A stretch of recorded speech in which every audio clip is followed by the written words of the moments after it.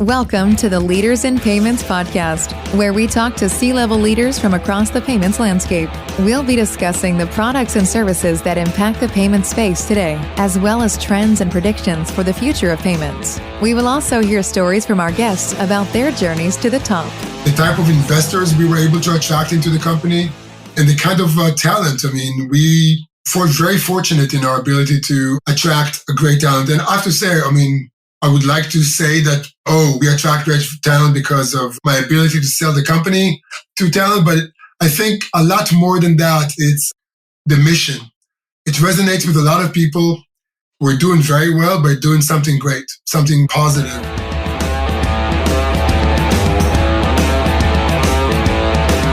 That was Itzik Cohen, the president and CEO of PayZen, and he is our special guest this week on episode 157 of the Leaders in Payments podcast, and I'm your host, Greg Myers. So how does a professional basketball player become president and CEO of a fintech payments company? Well, he's 6'8", with a passion for solving problems and a love for transformative technology, and he is on a very bold mission to revolutionize the healthcare payments industry.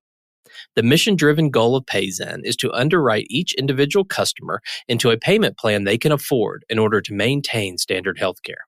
According to Itzik, the U.S. has a revolving balance of approximately $330 billion in annual unpaid medical bills. Their focus is on elective procedures, and the business model is the industry leader in Care Now, Pay Later healthcare.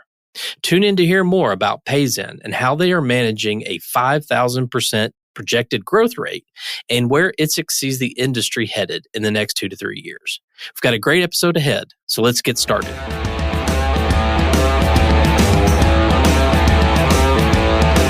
Hi, Itzik. Thank you for being here and welcome to the Leaders in Payments podcast. Thanks, Greg. Great to be with you.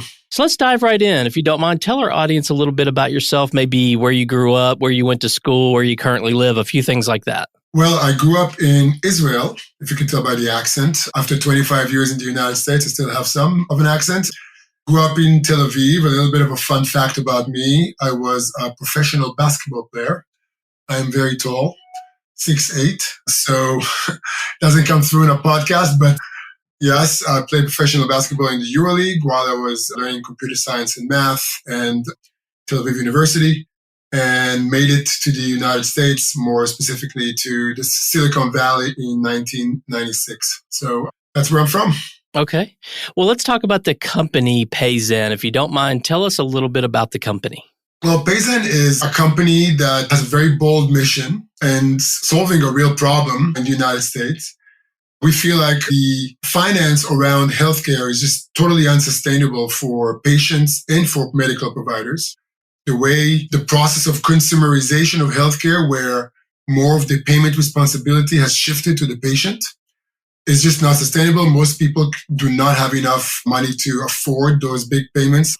That comes in form of deductibles and co-insurance fees, co-pays.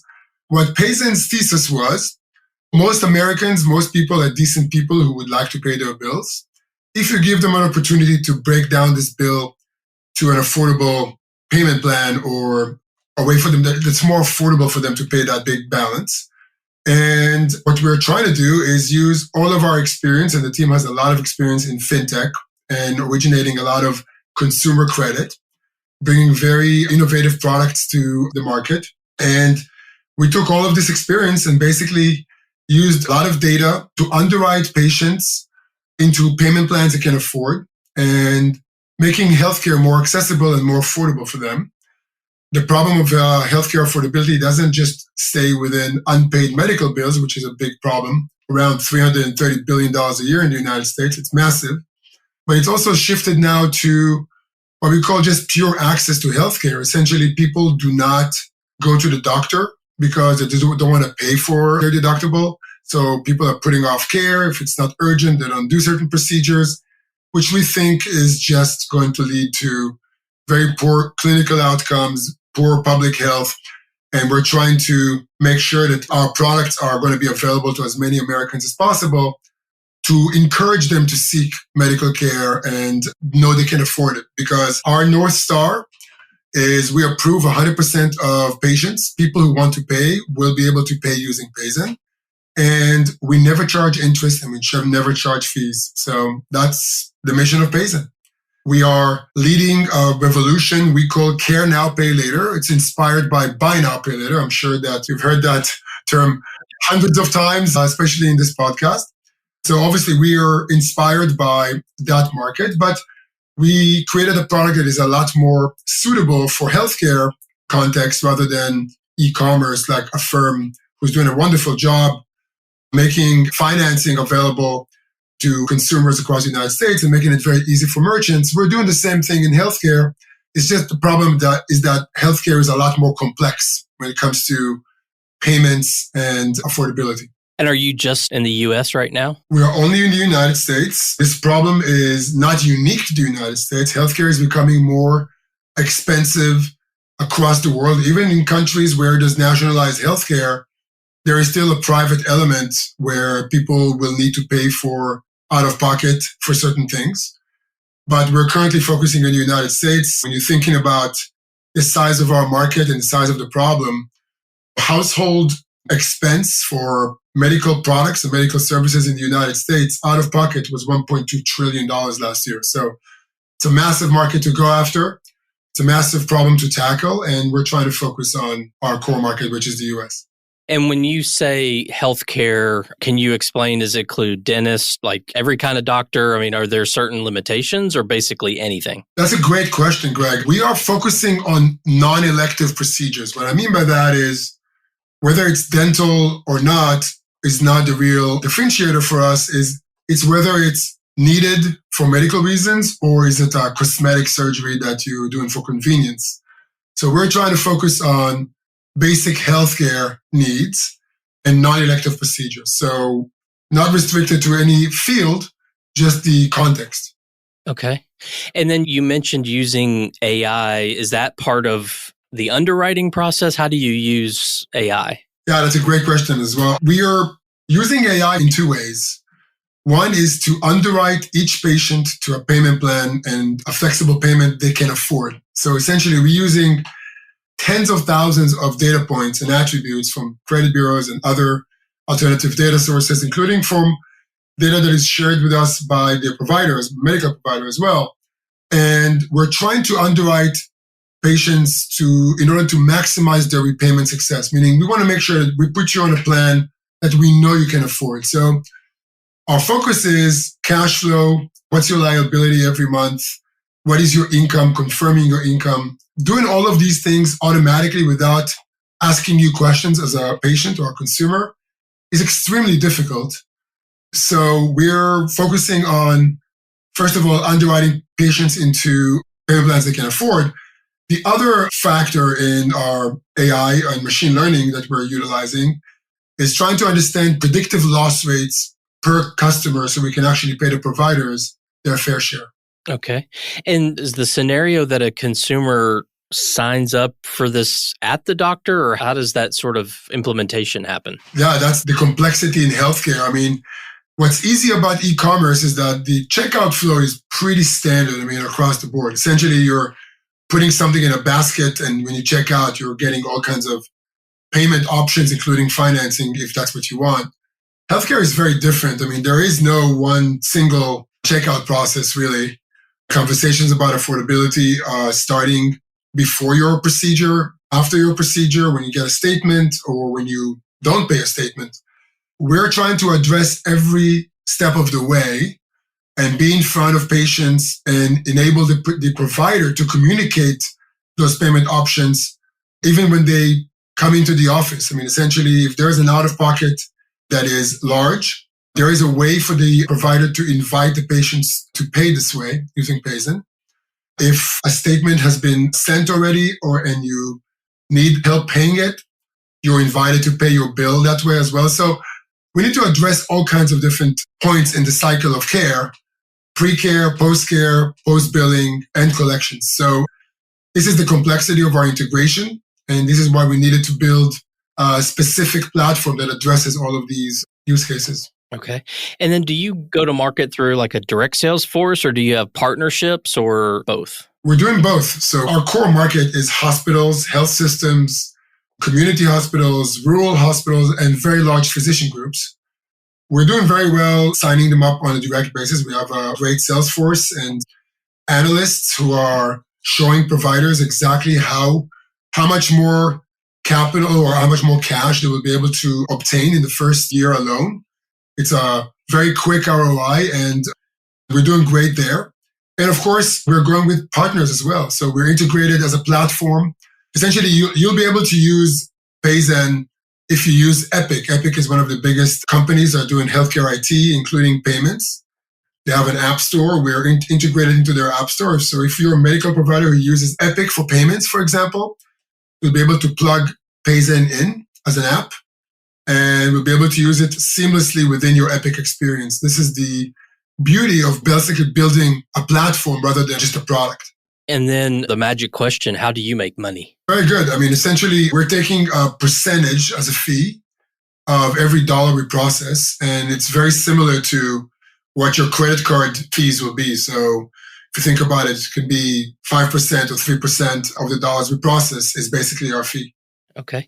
And what would you say differentiates your company from other competitors out there? Well, there's a lot of moats that we built around the company, starting from our product. I mean, I don't know of a product that approves 100% of patients, pay the provider a day after enrollment on a non-recourse basis, meaning if we don't get paid along the way, we eat the loss. So we have a high confidence in our ability to underwrite people the right way. And charges no interest or fees. So this is very unique by itself. But our whole technology forward approach, which is seamless integration, 21st century type of experience for the user, and full transparency to the provider when it comes to performance of the program, full integration into the other IT solutions that they have currently, removing the burden really from the provider, medical provider, to do anything that is related to IT and make it a seamless experience are one of the key differentiators. But on top of that, we're building a very unique data asset that has to do with payments in healthcare. I mean, if you're looking at consumer lending, for example, you can go to one of the bureaus today and buy some kind of a retro set of credit performance and try and build a model. A lot of lenders do that. But because there's no reporting to the bureaus on medical payments, what we do right now is creating a very unique data asset that we'll be able to use as an advantage down the road when it comes to having a much more predictive model and a better underwriting for the patient. Love the Care Now, Pay Later slogan that you have. But a question about that. So Buy Now, Pay Later is typically 4 or less installment payments. I mean, is it similar model as that? No, I mean, we do have 3-month terms and 6-month terms, but we also have 60-month terms. Essentially, we're trying to make healthcare affordable to as many people as possible. In e-commerce, if you're not going to buy that big screen TV, that's one thing. But if you cannot afford a very important procedure, that's a whole other ballgame. So we need to have enough flexibility into our program that will fit as many people as possible and make them able to afford the services that they need. So I would say that our average term is around 24 months. Okay. Where do you see, and you can answer this sort of through the lens of maybe healthcare payments, but where do you see the industry headed in the next couple of years? Well, I think that the consumerization trend in healthcare is not going to stop. And what that does is creates a need for the provider to really extend financial products so patient can actually afford care. Because essentially a lot of patients, most of Americans right now, have health plans that include some kind of a deductible. The average last year per family was around $4,500. Most Americans cannot afford this. The result of that is obviously very poor collection rates on the patient responsibility after insurance. What we think will happen is that more and more providers will have to use products like PayZen that will allow them to extend more services, improve their finances, and take them out of the finance game and focus them on providing care, which is what they're good at. So we think that, it will be the same analogy as why doesn't Peloton provide credit to their customers themselves? Well, that's not what they're good at. They're good at making a great service with stationary bikes. And they're using a firm who is great at what they do. I think that the same trend will happen in the healthcare. Products like PayZen and platforms like us will become more and more available to providers and will take providers out of providing finances on their balance sheet and provide a much better experience for their patients as well. So I think affordability problems are not going to go away, and the need for products like PayZen are only going to need to increase. I think that our future products, which I cannot get into details with now, but in 2 months, we're announcing a new product, will address more use cases in a much more convenient form factors that people can use multiple times. So having more and more of these unique products that will allow you to finance your out-of-pocket expenses in a way that will give you a peace of mind that you know you can actually afford your care, I think would be a major market in the United States. Like I said, it's a $1.2 trillion a year market. It's pretty massive. Yeah. Huge market that don't think the need that you're filling is going away anytime soon. I don't think so. Yeah, I think I would have to agree. I think that the cost of healthcare has shifted to the consumer at the end of the day, to the patient. And we need to help patients afford care. Healthcare is, yes, affording big ticket items in e-commerce is very important. And I think it makes credit more accessible to people who need it. And Buy Now, Pay Later did a great job there. But I would say that Care Now, Pay Later is more basic when it comes to the needs it serves. I mean, it's serving a much more fundamental need in the U.S. economy. Yeah, yeah. I can remember times I've gone to, and not that you're not obviously trying to solve the U.S.'s healthcare problem, but even going to the doctor, and oftentimes you leave and you don't know. I mean, sometimes you just leave without paying anything. You don't know how much you're going to be billed or when it's coming. And did insurance cover some of it, none of it? I mean, there's so many challenges around that part of the business, but giving people this option, I think, is a huge value add. Yeah, I mean, Greg, you're so right. I mean, essentially, this is the problem spot on. I mean, there are some rules now called price transparency, which puts more burden on the provider to give you a price that is transparent about what your out-of-pocket is going to be. And I think that's a great step in the right direction. The problem here is that now that you know how much you're going to have to pay, you're going to need a solution to afford it.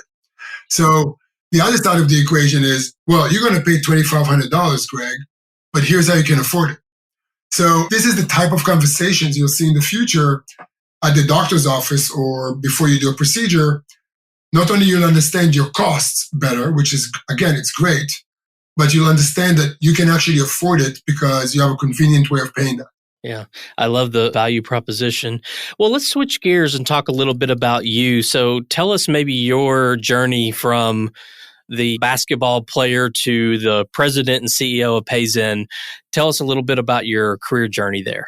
Well, I was very fortunate when I came to the US to be very early in a company called WebEx Communications. So I was part of the early team there.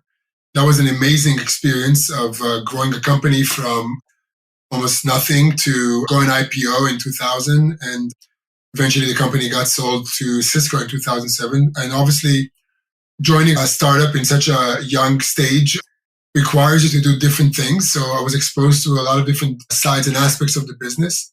Following WebEx, I started a company called ClipSync, which was trying to do what we call today watch parties. And that was fun times. I mean, we were playing in the media. Essentially, we were taking a WebEx type of experience and moving it into the entertainment world, trying to create more of an interactive viewing experience. And again, I was very fortunate to join Prosper Marketplace in 2012. And what we call today FinTech 1.0. It was early days of peer-to-peer lending and then shifted to marketplace lending. We had tremendous growth in the company. And by the way, as part of that, we acquired a company called American Healthcare Lending, which exposed me firsthand to the way American healthcare works, especially in payment. And to be honest, myself and my co-founder, Tobias, who worked with me at Prosper, we took a mental note. We really wanted to understand how to solve that problem of healthcare payments and healthcare affordability. We just didn't execute on it as part of our Prosper experience. At Prosper, I was chief business officer. And after 4 years, I left the company and started Beyond Finance, which is now a pretty successful debt settlement company. Again, there's definitely a theme in my focus of trying to eliminate debt. At Prosper, we were giving debt consolidation loans, which is basically people trying to consolidate major few credit cards into one simple loan. And then I was trying to tackle debt from a different perspective of trying to reduce people's debts by doing debt settlement. And here we go. I came back to San Francisco and met up again with Tobias, my co-founder and COO, and my CTO from Beyond Finance. And together we decided we're going to take this head on. And we thought we were the right team to tackle that problem. And I have to say, the experience so far has been overwhelming when it comes to not only the traction we're getting, we're growing very fast as a company. And this year alone, our growth rate is going to be around 5,000%. If you can imagine that, it's pretty chaotic. But the type of investors we were able to attract into the company and the kind of talent, I mean, we were very fortunate in our ability to attract a great talent. And I have to say, I mean, I would like to say that, we attract great talent because of my ability to sell the company to talent. But I think a lot more than that, it's the mission. It resonates with a lot of people. We're doing very well by doing something great, something positive. So it's fun to know that you're building a successful company that is doing good in the world. Yeah. So it sounds like you took the sort of typical track startup, raised a little seed money, and then maybe a round of funding from the VC community. Is that sort of the roadmap? Yeah, we've done 2 institutional investment rounds already by great investors, seed and A. And yeah, we're getting, like I said, a lot of traction in the business. We just raised our A round late last year by Signal Fire, which is a great, fantastic VC, and 7Wire, which is another healthcare-focused investors. Very fortunate to have this type of support. And we're using the capital to really grow the company. Essentially, we're building a very large operation, and growing a company or managing a company in such hyper growth is you keep breaking everything all the time. So this is kind of the challenge we have, is that we're growing so fast. We need to hire more and scale the business to a point where it's on a good footing. But we're on the right track. I'm feeling very good about what we're doing. Okay. Well, I can't not ask a question about basketball, being that we're in the middle of March Madness and NBA is starting to wrap up. So did you play center in basketball? I was a power forward. I'm 6'8", like I mentioned, I believe. And I was a power forward. Yeah, I wasn't tall enough to play center, but yeah, I mean, I'm following obviously the NBA. I'm a big Warriors fan. I live in San Francisco, so that's pretty natural. And since I did not go to school in the United States, I don't have my own alma mater. But this year, I think Coach K deserves a championship before he retires. So I'm going to be all in for Duke. So, well, very well may happen. Yep, I can see that. Yeah, it's been fun to watch. When I grew up, if you were 6'8", where I grew up and played basketball, you were a center. I mean, that was just... Funny enough, in Israel too, but then a lot of American players from the NBA came to play in the EuroLeague. So that changed the dynamic a little bit for me, because then I wasn't as tall as I thought, because Israel is a small place, only 8 million people. So being 6'8" means something, but once you playing pro, you're playing against a lot of NBA players. Like I played against Bob McAdoo and Daryl Dawkins. I mean, I'm old. I'm 52, right? So different generations. Funny enough, you don't see a lot of centers anymore in the NBA. It's the game changed quite a bit. Yeah, that's true. That's true. I do remember being in high school, and I'm 52 as well. So I remember in high school, we played against a team who had a kid who was almost 7 feet in high school. That's tall. And so we practiced, our scout team, the guy that played center held a broom, and he used the broom to pretend like he was blocking shots as a 7-footer. So anyway. That's awesome. That's a little great. Side story. Well, what are some things that you're passionate about? You know, maybe one work-related thing and one personal thing. So let's start with work. I'm very passionate about solving real problems. I mean, I think one thing that my career has allowed me to do is to really take some pauses after very condensed and extreme kind of hard work in one company, and then between companies you can think. And I think that advantage allowed me to really focus on problems I'm very passionate about and technological solutions to these problems. So I tend to focus more on the problem and the solution rather than the business. And for me, it tends to produce better results. I mean, typically, you care about the problem because you really obsess about it. And as a big believer in technology and transformative technology, solving problems that way is something I'm very passionate about. Typically, it works from a business perspective as well, because if the problem is large enough, then it makes a big difference. And, I think that PayZen is an example of that. Maybe something that is becoming very popular in the United States. I'm talking about my own personal passions. I'm, for the last 30 years, pretty obsessed with Formula One racing. I don't know if you watch or not, but I'm very happy to see that the US is finally getting to a point where it's becoming so popular because of the Netflix series Drive to Survive. And there's now 2 races in the United States. So I'm a big Formula One fan for many years now. And I would like to think of myself as an expert because, again, it combines not only a very competitive environment, but a lot of technology and very innovative solutions to powering a car and aerodynamics and strategy. So I find it fascinating as a sport. I thought for sure you were going to say basketball. You see, I needed to surprise you. Very good. Very good. Well, this whole fintech space that we're in and payments and kind of the areas that we've been in our careers, it's really, like you said earlier, fintech 1.0, but now we're where fintech's a very mature market to be in. There's a lot of kids coming out of college that are looking to start a career and they look at fintech or payments as a viable option for a career. My question is, what advice would you give them coming out of school? They're looking at the fintech space. What would you tell them they should do to be successful? It's interesting. Growing up in the 70s, 80s, we have a different perspective as to what's broken in financial services because think about it, a lot of banks did not evolve since that era. For kids who grew up in the 2000s and kind of graduating now and thinking about their career, they grew up in a totally different environment where it's a lot more digital, mobile. They take a lot of things that we think are magic for granted. I think that, if I was somebody who's just starting his career right now, what I would focus on is definitely digital currency and money movements around the world. I think that this is still an unsolved problem. Even with cryptocurrencies, it's not as scalable as people think. I think that digital currency is going to be the future. I think governments are going to move to digital currency. Having a much better ledgering and a lot more technologies around it to make it safer, compliant, and safe for everybody to use and simple for people to use will be the future. I think that money is going to be very different than what we think about today, and especially people in my generation thought about. Yeah, I think you're dead on with that one. Well, Itzik, we've covered a lot of ground about you and your background and obviously PayZen and the company that you've built. Is there anything else you'd like to add before we wrap up?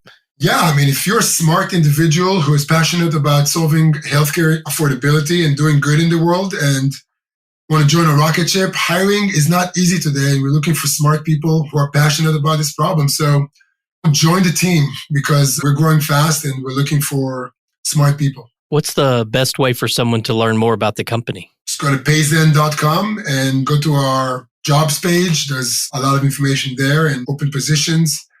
We're always looking for additional talent. And again, you probably know this better than me, but hiring today is extremely difficult. So we are hiring all over the country, not just in San Francisco. Okay, great. Well, thank you so much for being on the show today. I know your time's very valuable. I really appreciate you being here, and I enjoyed our conversation very much. Same here, Greg. I appreciate your time. I really enjoyed it. Great. And to all you listeners out there, I thank you for your time as well. And until the next story. Thank you for joining us this week on the Leaders in Payments podcast. Make sure you visit our website at leadersinpayments.com, where you can subscribe to the show and where you'll find our show notes. If you enjoyed listening, please share on your social channels as well.